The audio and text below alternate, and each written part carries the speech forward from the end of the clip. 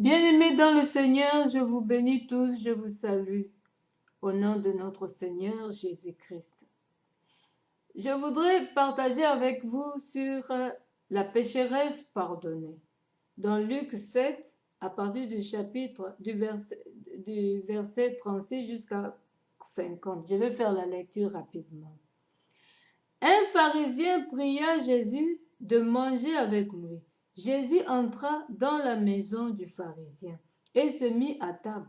Et voici une femme pécheresse qui se trouvait dans la ville, ayant su qu'il était à table dans la maison du pharisien, apporta un vase d'albâtre plein de parfums et se tint derrière aux pieds de Jésus.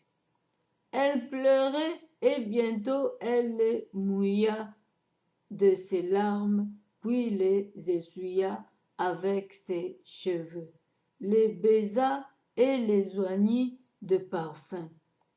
Le pharisien qui l'avait invité, voyant cela, dit en lui-même: si cet homme était prophète, il connaîtrait qui est de quelle espèce est la femme qui le touche. Il connaîtrait que c'est une pécheresse. Jésus prit la parole et lui dit: Simon, j'ai quelque chose à te dire. Maître, parle, répondit-il. Un créancier avait 2 débiteurs.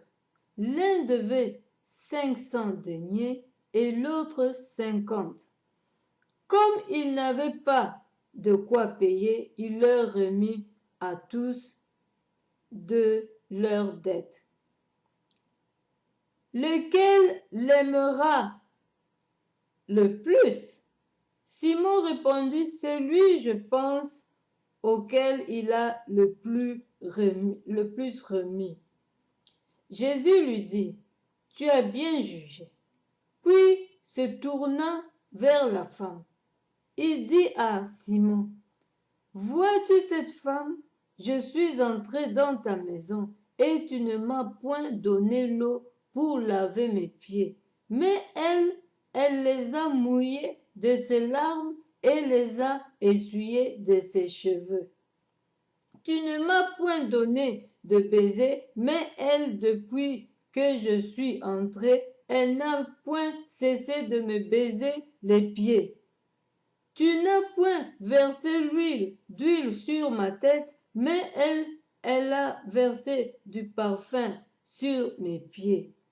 C'est pourquoi je te le dis, ses nombreux péchés lui ont été pardonnés, car elle a beaucoup aimé, mais celui qui a pardonné peu aimer peu. Mais celui à qui on pardonne peu aime peu, pardon mes bien-aimés. Et il dit à la femme: tes péchés te sont pardonnés. Ceux qui étaient à table avec lui se mirent à dire en eux-mêmes: qui est celui-ci qui pardonne même les péchés? Mais Jésus dit à la femme: ta foi t'a sauvée, va en paix. Amen. Voilà, bien-aimés, nous avons lu, nous avons tous compris à notre façon, et laissons le Saint-Esprit nous inspirer, nous aider à décortiquer ceci pour mieux comprendre spirituellement. Ce contexte a plusieurs phases. La première phase, je vais vous expliquer. Nous allons voir reprendre. Jésus a été chez un des pharisiens qui l'avait invité pour dîner. Et en allant chez ce pharisien, il a juste invité comme ça. Il n'avait même pas compris qui il invitait, seulement parce qu'il le voyait prêcher par-ci, par-là et faire des miracles, il voulait maintenant l'approcher. Et en le recevant, il n'a pas reçu en qualité de de fils de Dieu ou de Messie ou d'un homme de Dieu, mais il a reçu tout simplement pour le connaître ou espionner. Pourquoi on dit ça? Pourquoi je dis ça? On verra ça. Et aussitôt, l'une des femmes pécheresses, parce que Jésus allait annoncer la parole de Dieu et prêcher la parole dans les synagogues. C'est comme ça les évangélistes. Quand vous allez évangéliser, évangélisez tout simplement, le Saint-Esprit fait le reste. C'est Dieu qui fait croître, c'est Dieu qui touche, son esprit qui touche. Alors, cette femme, tout en étant pécheresse, s'est retournée en elle-même et s'est dit: ce que je fais n'est pas bon. Je suis sale vis-à-vis de ma vie personnelle et vis-à-vis de Dieu. Jésus doit être le Messie. Alors, je dois aller le rencontrer et, si possible, obtenir mon pardon, le pardon de tout ce que j'ai fait dans ma vie. Cette femme était déterminée. Elle sait que Dieu peut pardonner les péchés. Elle avait l'espoir, mais elle avait un peu de peur. Elle pleurait en elle. Si possible, qu'on me pardonne de ce que je fais. Elle s'est dit, pour se faire pardonner, elle doit amener le parfum très cher. Et c'était très cher. Et aller auprès de ce Jésus, que je puisse me faire pardonner. Et elle était abattue. Or, la Bible nous dit que Dieu ne dédaigne pas la prière du malheureux. Quand tu es abattu, tu es à bout. C'est là que Dieu est tout près de toi pour t'exaucer. Alors cette femme est allée, nous allons lire. Et voici une femme pécheresse qui se trouvait dans la ville, ayant su qu'il était à table dans la maison du pharisien, apportant un vase d'albâtre plein de parfums, et se tint derrière aux pieds de Jésus. Elle pleurait et bientôt elle les mouilla de ses larmes, puis les essuya avec ses cheveux, les baisa et les oignit de parfum. Alors cette femme est allée auprès de Jésus, a fait tout ce qu'on a entendu ici. Pour nous, spirituellement, c'est l'adoration. Le parfum, c'est l'adoration des saints. Déjà, quand tu as reconnu ta faute, Dieu dit dans sa parole, il oublie, il pardonne. Quand tu reconnais, tu as pris la conscience de ta situation de pécheur, Dieu te pardonne déjà. Vous pouvez voir aussi dans Daniel. Déjà quand Daniel avait l'idée seulement d'entrer en prière, de se rabaisser devant Dieu, Dieu avait déjà entendu. Bien-aimé, cette femme a apporté une adoration sincère venant du cœur. De tout cœur, elle s'est jetée aux pieds de Jésus avec ses larmes de regret de tout ce qu'elle avait fait et tout ce qu'elle a manifesté dans son cœur. C'est de l'abondance du cœur que la bouche parle, que la bouche ne parle ou pas, ce que dit le cœur, Dieu entend, Dieu sonne le cœur et les reins. Et tout ce qu'elle disait dans son cœur, par ses larmes, et c'était un parfum devant Dieu. Était un parfum de bonne odeur.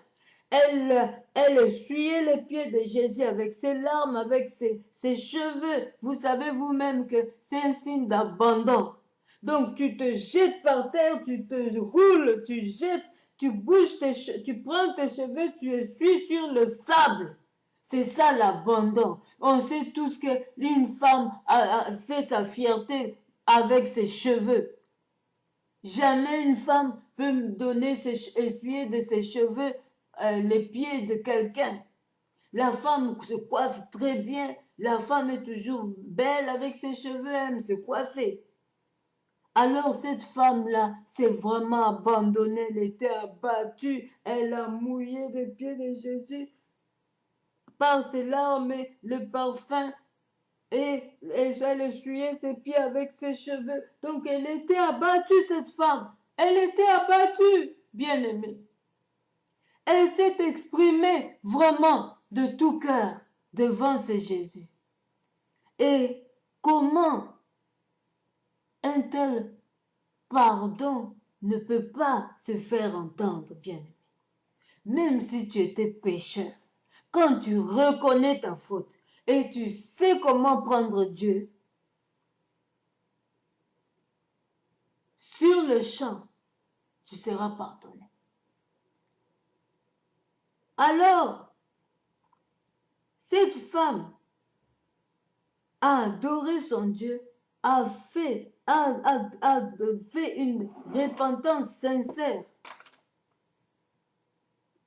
aux pieds de Jésus-Christ. Signe d'humilité. Et puis ensuite, Jésus a regardé. Oh non, non, non, non, non. Ça me touche. Nous allons continuer. Et se tint derrière aux pieds de Jésus. Elle pleurait et bientôt elle le mouilla de ses larmes, puis les essuya avec ses cheveux, les baisa et les oignit de parfum. Elle baisa Jésus. Tu es tout pour moi, Jésus. Tu es tout pour moi, pardonne-moi. Là, c'est son cœur qui parle. Tu es tout pour moi, pardonne-moi. Où irais-je? Où irais-je sans toi, mon Dieu? Pardonne-moi de ce que j'ai fait dans ma vie. Prends pitié de moi, oh Jésus. J'étais ignorante. Tout ce que je faisais, je ne savais pas que c'était mal. Mais quand tu as annoncé ta parole, j'ai entendu en passant. Je me suis dit, je me suis retrouvée dedans et voilà, je viens demander pardon. Pardonne-moi, ô grand Dieu. Pardonne-moi, Jésus, de tout le mal que je t'ai fait, que j'ai fait devant toi. Parce que tout ce qu'on fait de bien à ton prochain, c'est à Dieu que tu le fais. Et tout ce que tu fais de mal à ton prochain bien-aimé, c'est à Dieu aussi que tu le fais. Alors cette femme avait aussi entendu ce message. Voilà maintenant comment Dieu touche les cœurs. Bien-aimés, nous allons continuer comme d'habitude. Merci beaucoup pour la compréhension.